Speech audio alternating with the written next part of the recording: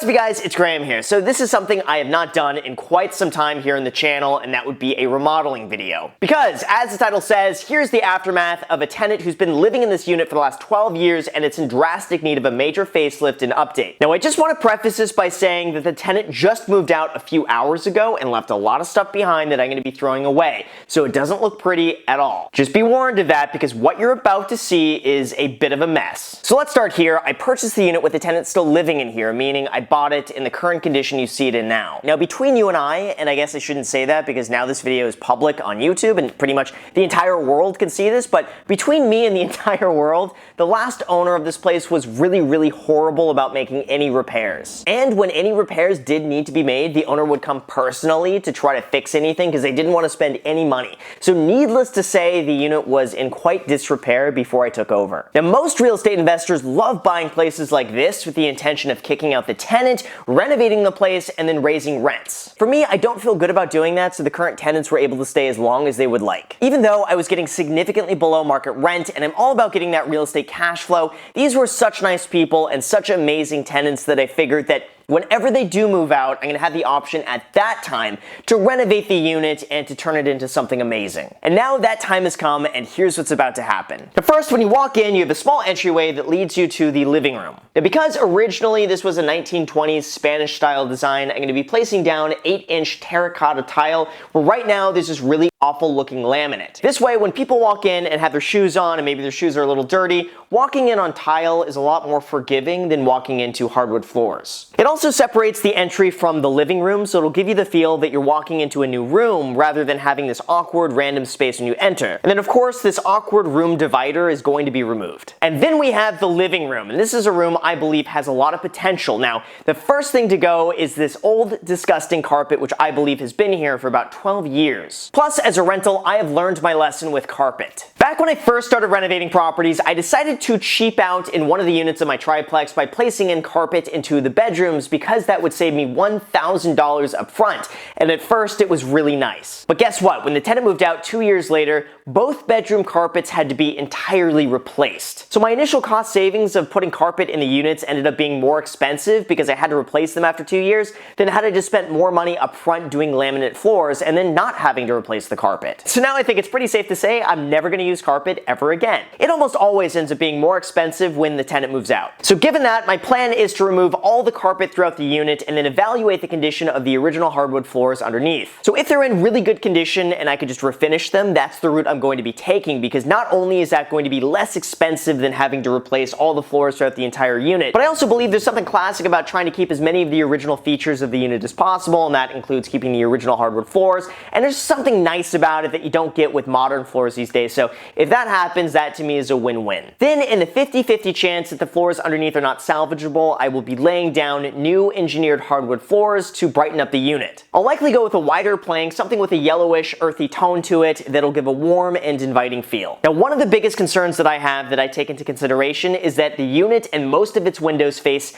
north, which means it doesn't get a lot of direct sunlight until about 4 p.m. So I'll need to do my best to overcome this by using lighter colors and try to make the unit feel a little bit less restricted. And going with lighter colored hardwood floors are a really great way to do this. Now, in addition to that, I'm going to be adding in recessed lighting throughout the entire living room and entire unit to brighten it up even further and give it a much more modern aesthetic. Plus, it's pretty much the same cost to put all of those lights on dimmers, so that's absolutely going to be done, so you can set the right mood the next time you want to smash the like button for the YouTube algorithm. And finally, this wall is going to be taken down right here. There's no need for it to be here. It makes the room feel a lot smaller, and this wall heater will instead be replaced with a floor heater. Next, we enter the dining room, and a few big changes are going to be taking place here. First, we're going to be drywalling the ceilings. I have no idea whoever decided this type of ceiling was appropriate for a rental unit. They're absolutely awful looking. So needless to say, that's going to be the first thing that goes. I'm going to be going with smooth drywall, recessed lighting, and making it look like a brand new spot. In addition to that, I'm going to be removing this wall that separates the kitchen from the dining room. As it is right now, the entire kitchen layout is really weird. We also have some really weird floor plan issues towards the end of the unit that can only be fixed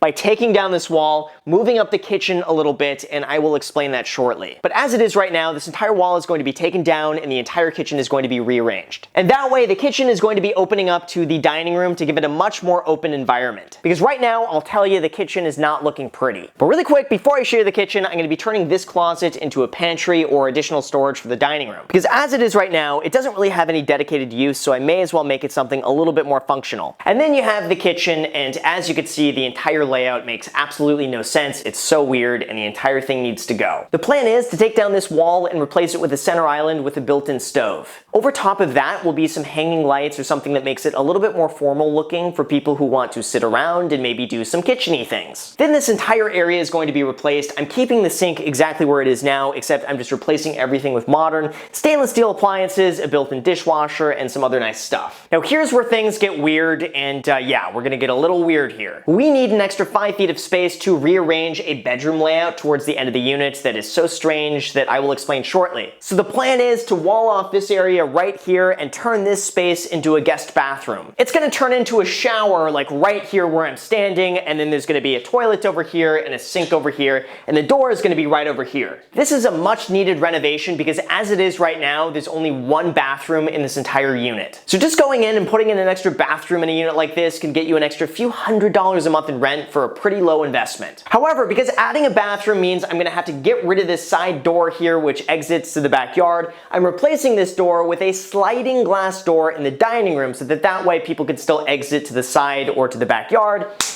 Problem solved. But now I'm sure you're asking yourself, but Graham, where is the washer dryer going to go? And thought of that. It's going to be moved instead to the closet space next to the guest bedroom. And then next to that is going to be the linen closet. So now we have the really weird part and the reason the entire floor plan had to be rearranged, because we got the 2 bedrooms. Now this first bedroom is really dirty. I know, I could see the tenants left a lot of stuff behind that I'm going to be throwing away. But in terms of this bedroom's location and size, there's really not much that needed to be changed besides the ceilings, adding in recessed lighting, and adding in a closet along this side of the wall. But then we go to the second bedroom, and that's right through this wall right here. And this was all done and permitted in the 1970s when people were so zapped out to realize how ridiculous this is. But in order to get to this bedroom, you have to walk through either the bathroom or the other bedroom just to get here. That means if one of your guests is using the bathroom and doing their thing, too bad you can't get to your bedroom. Or you could walk through the guest bedroom to get here, which also makes absolutely no sense. So that's why the kitchen is going to be moved up 5 feet to give this first bedroom its own dedicated bathroom, and that allows me to move everything else up to have a floor plan that actually makes sense. So now where this current bathroom is going to be turned back into what it should have been this entire time, which is part of a hallway. That way you can walk through this and into the master bedroom, and this is another bedroom that's going to be completely rearranged. To start, I'm going to be building a walk-in closet along this side of the room and then keeping part of this wall for people who want to place a TV up here or a dresser or anything else. And now this room was previously used as a walk-in closet, but now I'm going to be turning it into a master bathroom. That's right, this unit will finally have its own bathroom, and then the other bedroom can use the guest bathroom.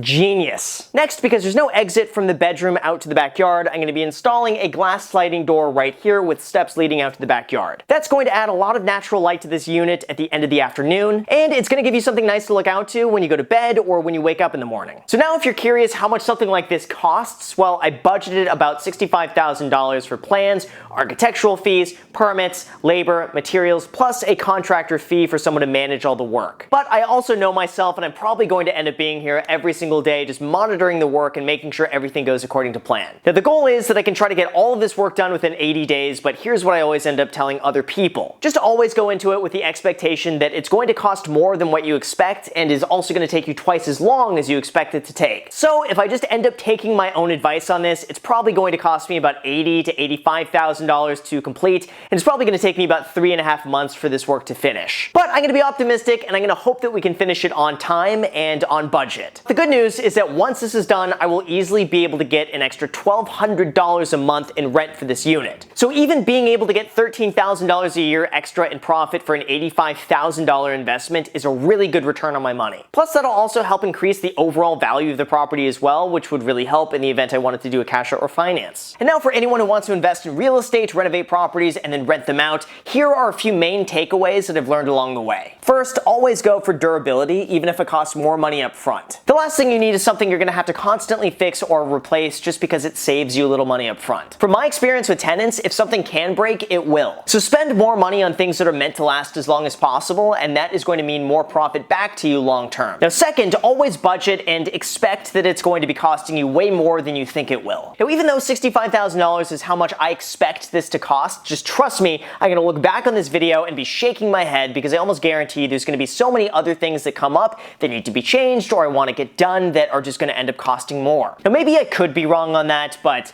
I'm not wrong. Anytime you're remodeling something, always give yourself a 25% buffer to go over budget, otherwise you might risk running out of money. And number three, always monitor the work that's going to be done. Now, even though I trust my contractors thoroughly, sometimes if they're not around constantly supervising, things tend to fall through the cracks. Like I check on the progress every single day or every other day in the event I'm really busy. Not only is this a great way to see how all the work is being done, but also that all the work is being done to your liking. Like I've walked in previous projects and seen things misaligned or screws sticking out of cabinetry or the wrong grout color being used. The list goes on. But overall, those are the main takeaways I always tell my clients and I remind myself on anytime I go and remodel a property. But overall, I'm really excited to show you the before and after of this unit because this is the real estate work I just really enjoy. There's something to be said about taking a place like this and then going in and putting your own creative touch on it and turning it into a place that people would really enjoy living in. And that is exactly what I intend to show you on this unit with updates every few weeks or so as things are getting done. So with that said, you guys, thank you so much for watching. I really appreciate it. As always, if you have not already destroyed the like button,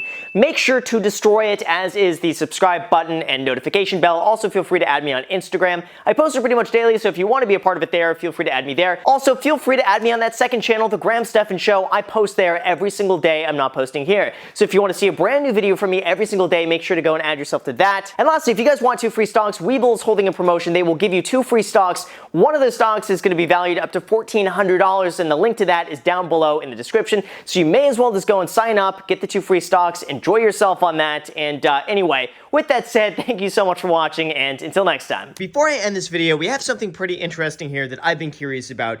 There's been this little cutout here of carpet, and then if you remove this, you have this weird piece of wood that's been cut out, and then it's been screwed on. You have some screws right there and right there, and I have no idea what's inside. So I brought over my nifty power tool here, and we're gonna see what's underneath this, and maybe there's gonna be some money or like something really cool hidden underneath. So let's give it a shot, undo it, and see what someone was hiding below here. And the screws are off. Let's see what is underneath. I don't even know how to get this open here. All right, I'm gonna have to put my camera down to do this. What is that? Oh, and I think it just goes to the underside of the house.